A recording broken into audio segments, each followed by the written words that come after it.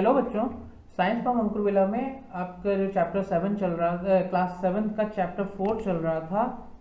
आज उसको आगे बढ़ाते हैं, पार्ट 2 उसका कंप्लीट करते हैं। पार्ट 2 में हम लोग जो देखेंगे उसमें एक मेजर चीज़ है, वो ये है हीट ट्रांसफ़र। ठीक है, ये वाला ट्रांसफ़र ऑफ हीट या हीट ट्रांसफ़र जो भी है। आज का पूरा सेशन इसी पर बेस्ड है, बट लास्ट टाइम हमने जहाँ पे छोड़ा था, कहाँ पे छोड़ा था याद होगा आपको, डिफरेंट टाइप्स ऑफ थर्मोमीटर। तो थोड़ा सा उसका एक्सप्लेनेशन बाकी रह गया था, उसको कवर करने के बाद हम लोग हीट ट्रांसफर पर ही चलेंगे। ठीक है, तो आगे बढ़ते हैं। आज देख लेते हैं टॉपिक क्या क्या कवर करने हैं। जैसे मैंने आपको पहले ही बता दिया, ये ट्रांसफर जो थर्मोमीटर के टाइप्स हैं ये। इसके बाद अगला टॉपिक है हमारा हीट ट्रांसफर ऑफ हीट या हीट ट्रांसफर, और उसके मोड्स मतलब टाइप्स, किस किस तरीके से कैसे कैसे हो सकता है। बेसिक इंट्रोडक्शन मैं आपको दे दूं, यहाँ पे 3 टाइप्स होंगे, 3 मोड्स होंगे हमारे पास हीट ट्रांसफर के लिए, 1, 2 एंड 3। उनके नामकरण, संस्कार, सब चीज़ें धीरे धीरे आती जाएंगी।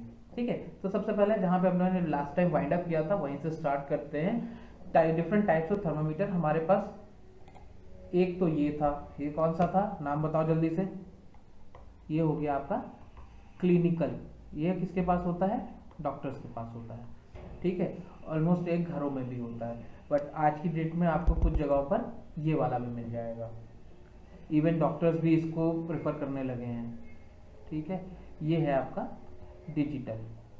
इसमें सीधे सीधे इस तरीके से नंबर्स आ जाते हैं और काम खत्म हो जाता है, कुछ करना ही नहीं पड़ता है।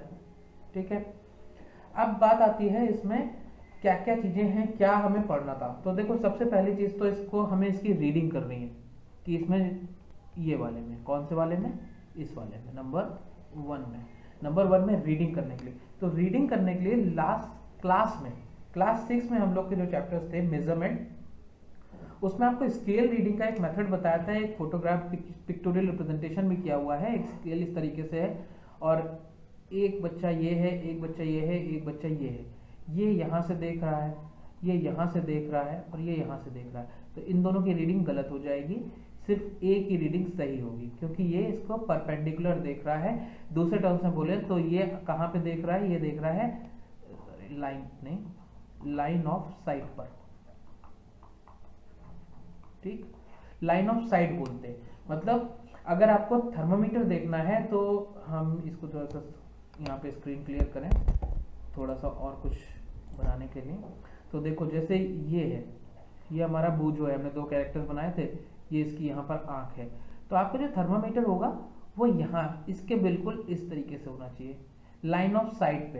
तो ये जो विजन आएगा ये परपेंडिकुलर आएगा 90 डिग्री एंगल पे। आपने मैथ में पढ़ा है ना 90 डिग्री एंगल। तो ये दोनों लाइन ऑफ साइट, जो आपकी लाइन ऑफ साइट है और जो आपका ऑब्जेक्ट है, ये 90 डिग्री पर होंगे। कहाँ पर होंगे, 90 डिग्री पर। तो आपको एग्जैक्ट एक्यूरेट रीडिंग आएगी। ठीक है, ये तो हो गई आपकी रीडिंग करने का तरीका। अब बात करते हैं इस वाले की, इसको कैसे भी रीड कर लो, इसमें नंबर लिख के आने वाला है। ठीक है, इसमें कोई बड़ी चीज़ नहीं है। इसके बाद अब इसमें एक और प्रॉब्लम आने लगी है कि यहाँ पर हम जो मटेरियल यूज़ करते हैं, जो आपको यहाँ पे दिखाई दे रहा है ना इस येलो वाली लाइन पे, वो है मरकरी। मरकरी है टॉक्सिक। एक और इसका हार्मफुल जो इफेक्ट हो सकता है वो ये हो सकता है कि कोई भी बच्चा, छोटा बच्चा या कोई भी, ये किसी भी कारण से, ये पूरा जो आपका थर्मोमीटर बना हुआ है ग्लास बॉडी का है, बहुत हैवी बॉडी नहीं होती। अगर जमीन पे गिरेगी तो टूट जाएगी, चकनाचूर हो जाएगी, बिल्कुल ब्रिटल फॉर्म में आ जाएगी। ब्रिटल भी आप लोग पढ़ चुके हो लास्ट क्लास में, नए टर्म्स नहीं है। ब्रिटल मतलब कोई भी चीज़ टुकड़े टुकड़े होकर टूट जाएगी। तो इसी तरीके से ये वाला जो थर्मोमीटर है ग्लास में बना हुआ है, और अगर ये टूट जाता है तो ये जो मरकरी है ये आपके कहाँ पे आ जाएगी, थर्मोमीटर तो मुंह में लगाते हैं ना, माउथ में आ जाएगी। और ये टॉक्सिक होती है, हाईली टॉक्सिक होती है, इवन ये पॉइजनस भी होता है। और ये पॉइजनस होगा तो क्या होगा, फेटल डेथ। ठीक है, तो इसलिए इसको थोड़ा सा कम प्रेफर करने लगे हैं ओवर दिस। अब आप बोलोगे कि इसमें क्या है, इसमें ऐसा क्या है जिसकी वजह से ये प्रेफरेबल है। इसके 2 एडवांटेजेस है। पहला एडवांटेज क्या है, एक तो डिजिटल है,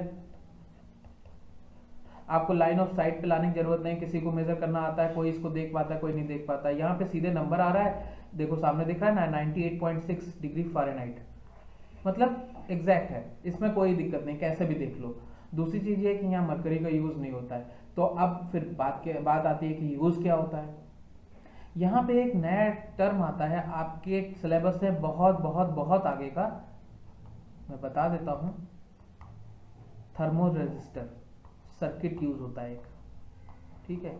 सर्किट क्या करता है, जैसे ही हम इसको अपने मुंह में लगाते हैं ना, यहाँ पे टिप पे, इस जगह पे, ये आपकी जो टिप है, इस टिप को जैसे ही मुंह में लगाओगे तो यहाँ से हीट के थ्रू एक सर्किट में करंट फ्लो करने लगेगा, और जब करंट फ्लो करता है वो करंट इस रेजिस्टर के थ्रू होता है, और थर्मो मतलब हीट, ठीक है। अभी आपको इतना ही जानना है कि इसमें से यहाँ से हीट प्रोड्यूस होगी, रेजिस्टेंस से, इस रेजिस्टर मतलब रेजिस्टर से पास होगी और सर्किट में जाके वो मेजर हो जाएगी, और वो मेजर करने के बाद जो उसमें कन्वर्जन मेथड लगा होता है, यानी आपने तो यहाँ पे क्या मेजर किया, करंट मेजर किया, हमें चाहिए क्या था, टेम्परेचर, बॉडी का टेम्परेचर कितना है, तो कन्वर्जन मेथड लगा होता है, उसके अकॉर्डिंग ये कन्वर्ट होकर हमको करंट से टेम्परेचर में आ जाता है, ठीक है। अभी आपको बहुत ज़्यादा डिटेल में जाने की जरूरत नहीं है। अगर आप बहुत ज़्यादा क्यूरियस हो तो सिर्फ इतना याद रखो कि यहाँ पर एक टर्म आता है थर्मो रेजिस्टर। अगर आप किसी को इतना बताते हो कि थर्मो रेजिस्टर यूज होता है instead of mercury, what, instead of mercury, तो आपके लिए इतना मोर देन एनफ हो जाएगा, ठीक है। एक और चीज जो वहां पे रीडिंग के टाइम पे छूट गई थी, ये टेम्परेचर थर्मोमीटर ये वाला हो या ये वाला हो, ये वाला हम लगाते कहाँ है, मुंह में तो लगाते हैं, बट आपके टंग के नीचे, जब भी इसको इंसर्ट करेंगे, मुंह में लगाएंगे, तो जीभ ऊपर उठा के टंग के बिल्कुल नीचे, क्यों, बिकॉज ये वाला जो रीजन होता है टंग के नीचे वाला, ये वाला लीस्ट अफेक्टेड होता है। देखो आप कहीं पे भी लगाओगे आपकी बॉडी जो है वो आउटर एटमॉस्फेयर से अफेक्टेड होती है, लेकिन जबान के नीचे वाली जो जगह है वो लीस्ट अफेक्टेड होती है। तो यहाँ का जो टेम्परेचर होता है वो ऑलमोस्ट मतलब हम ये यहाँ तक कह सकते हैं कि 99.9% तक एक्यूरेट देता है जो बॉडी टेम्परेचर होता है, इसलिए वो पोजीशन होती है। अब एक और चीज यहाँ फिगर में क्लियर नहीं हो रहा है, लेकिन आपने घर पे देखा होगा, मैं उससे आपको एक्सप्लेन करता हूँ। जब भी आपके घर में ये वाला थर्मामीटर यूज होता है तो जर्क दिया जाता है लगाने से पहले, एक तो इसको वॉश किया जाता है, वॉश करना तो मस्ट है, वो तो आपको पता है हाइजीन के लिए।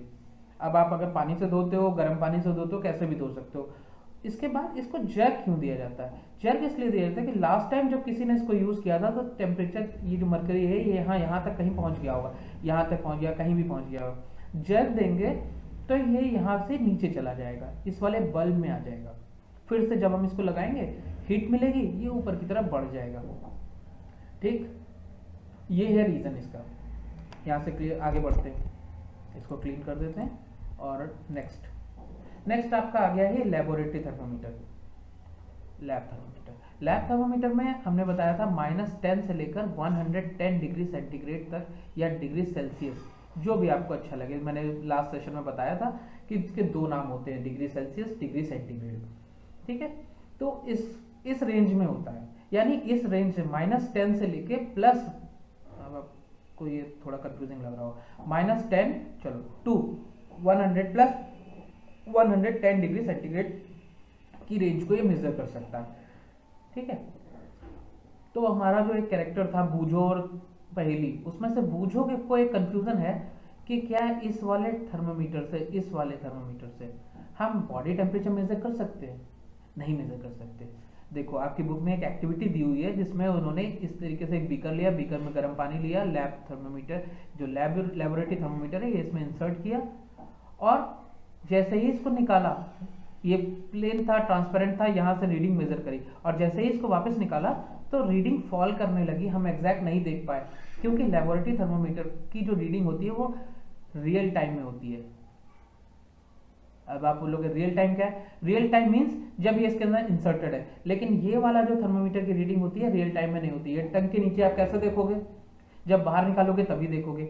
यहाँ पे रीडिंग फिक्स रहती है, यहाँ पे रीडिंग गिरने लगती है, यानी जो मरकरी है वो नीचे की तरफ फॉल करने लगता है। रीजन इसीलिए मैंने वहां पे छोड़ा हुआ था। यहाँ पर एक किंक होता है। किंक मतलब देखो कुछ इस तरीके की फिगर होती है, जैसे ये बल्ब बना हुआ है, बल्ब इस तरीके से, ठीक है। यहाँ पर बीच में इसको रास्ता है, इस रास्ते में यहाँ पर ऐसे बना हुआ है, जो थर्मोमर्करी है वो यहाँ से ऐसे होते हुए इसमें आगे बढ़ती है, ठीक है। यानी ऐसे समझ लो, अगर इसको एनलार्ज करके बात करेंगे, दिखाएंगे, तो ऐसा एक रास्ता होता है।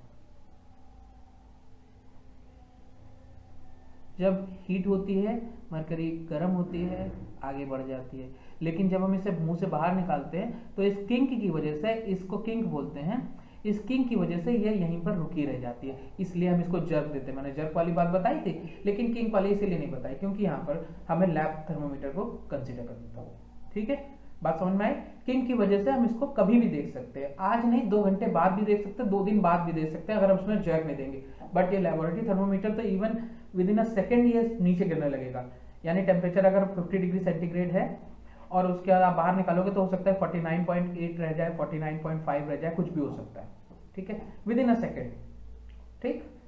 अब फिर से बूझो हमारा जो है वो कैरेक्टर थोड़ा परेशान है, थोड़ा क्यूरियस ज़्यादा है, तो इसने सोचा कि क्या क्लिनिकल थर्मोमीटर से हम और भी बॉडी की चीज़ों को मेजर कर सकते हैं, उनके टेम्परेचर को मेजर कर सकते हैं।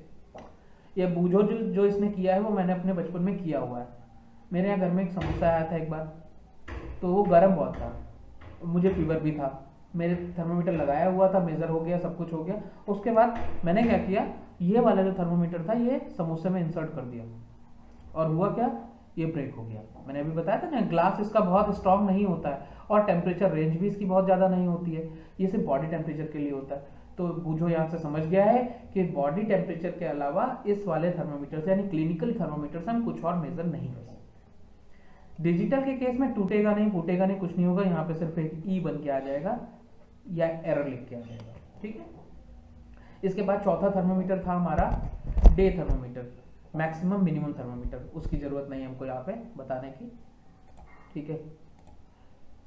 तो आगे बढ़ते हैं, हीट ट्रांसफर, जो हमारा आज का मेन टॉपिक है। हीट ट्रांसफर का मतलब क्या है, हम यहाँ पर हीट दे रहे हैं किसी एक, मान लेते हैं कि ये हमारा एक ऑब्जेक्ट है, रॉड है, और रॉड कैसी है, मेटेलिक रॉड है, ठीक है। मेटल का मतलब जो शाइन कर सकता है,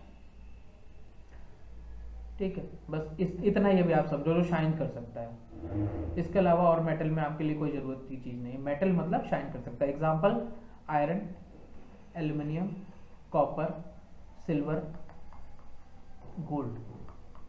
मैंने यहाँ पे सिंबल इसलिए नहीं लिखा क्योंकि आपको थोड़ी सी दिक्कत हो सकती है।